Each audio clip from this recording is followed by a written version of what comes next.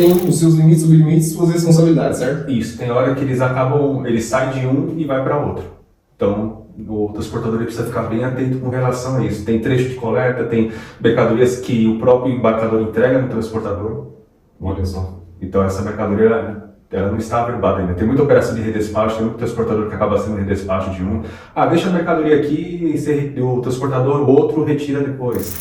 Uma curiosidade e uma dúvida também, Marcos. Por exemplo, hoje o transportador, ele tem o site como cross-dock, igual você comentou. O que eu percebo e que muitos transportadores não conseguem controlar essa manipulação desses produtos dentro do site no TMS, por exemplo. Igual você falou, se ele está numa viagem onde ele coletou no cliente e ele seja uma entrega direta, muitas das vezes por horário de tempo, por jornada de condutores, ele faz esse caminho para o site.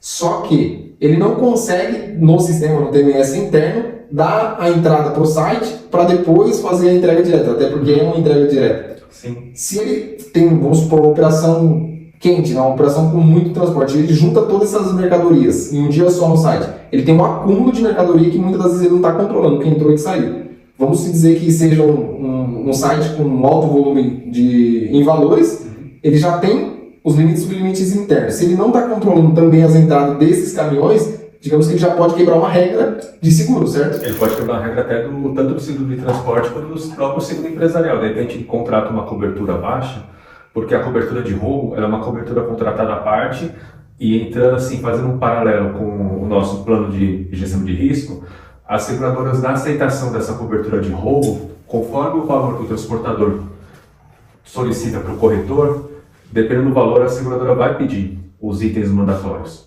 que são os protecionais de segurança. Então, ele vai pedir o quê? Vai pedir câmera, vai pedir controle de acesso, vai pedir segurança 24 horas, vai pedir que as câmeras sejam armazenadas em nuvem, ou uma série de coisas. Vai depender o quê? Muito do CEP, do tipo de carga.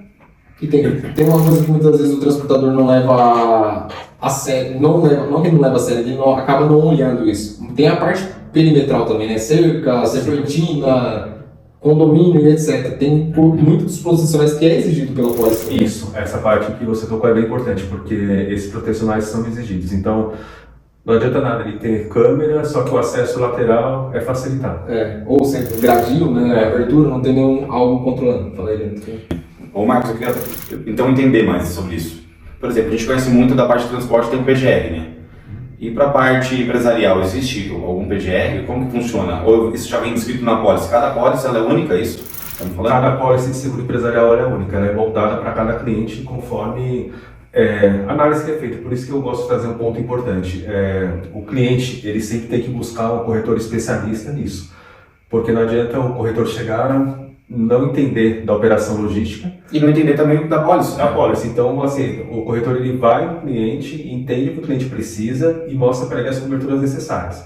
E os transportadores também, nós sabemos que a questão de composição, o transportador no Brasil tem uma questão do frete que é sempre achatado, o último da cadeia logística é sempre o transporte, que sempre tem o seu valor de frete achatado por causa disso. Mas você também não pode aceitar todos os riscos. Então, o corretor especialista olhando, entendendo o que o cliente precisa. Porque, de repente, vamos supor, vocês são duas transportadoras. Não dá para fazer a mesma pólice para vocês.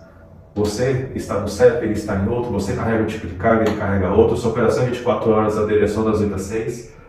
Então, assim, tem muita particularidade. Então, o melhor caminho é, então, o empresário chamar o corretor para uma reunião, para um mapeamento desse risco. Em campo, né? Tem que ir em campo. Não dá para fazer um tipo de análise dessa por... Então, essa parte você também faz análise dentro do cliente para entender o risco, para fazer um pedido de cobertura ideal. Isso. Personalizada. Isso, personalizada, porque tem algumas coberturas básicas que ela é mais voltada para a questão estrutural do próprio transportador. Então, a questão de incêndios, danos elétricos, essas coisas, é mais voltada para as coberturas básicas que estão na pólice.